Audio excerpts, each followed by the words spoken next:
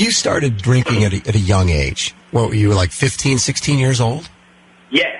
I started drinking, and I never forget, I started drinking, growing up with a disability. Every time I walked out the house, I would get stared at. Right. I would get pointed at, sometimes laughed at.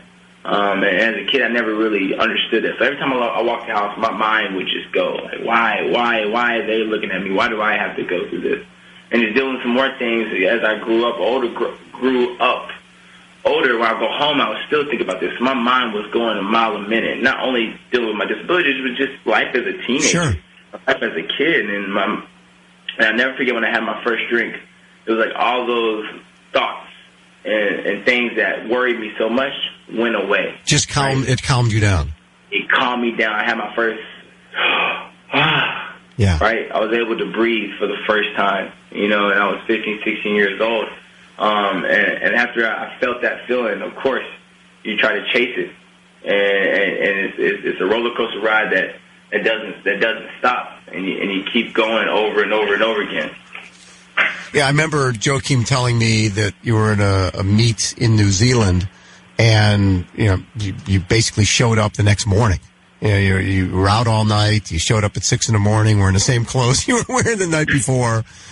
When did you think that you had a problem?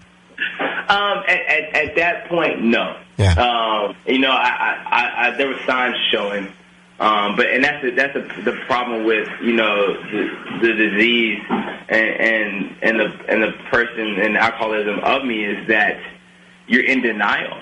You deny it. And even though people say, okay, Blake, you might want to calm down. Maybe this is not the best thing for you. You are in denial the whole time. And so even when I walked, in after a long night and showed up with the same clothes, I had a sense of ego to where I felt like it wasn't an issue.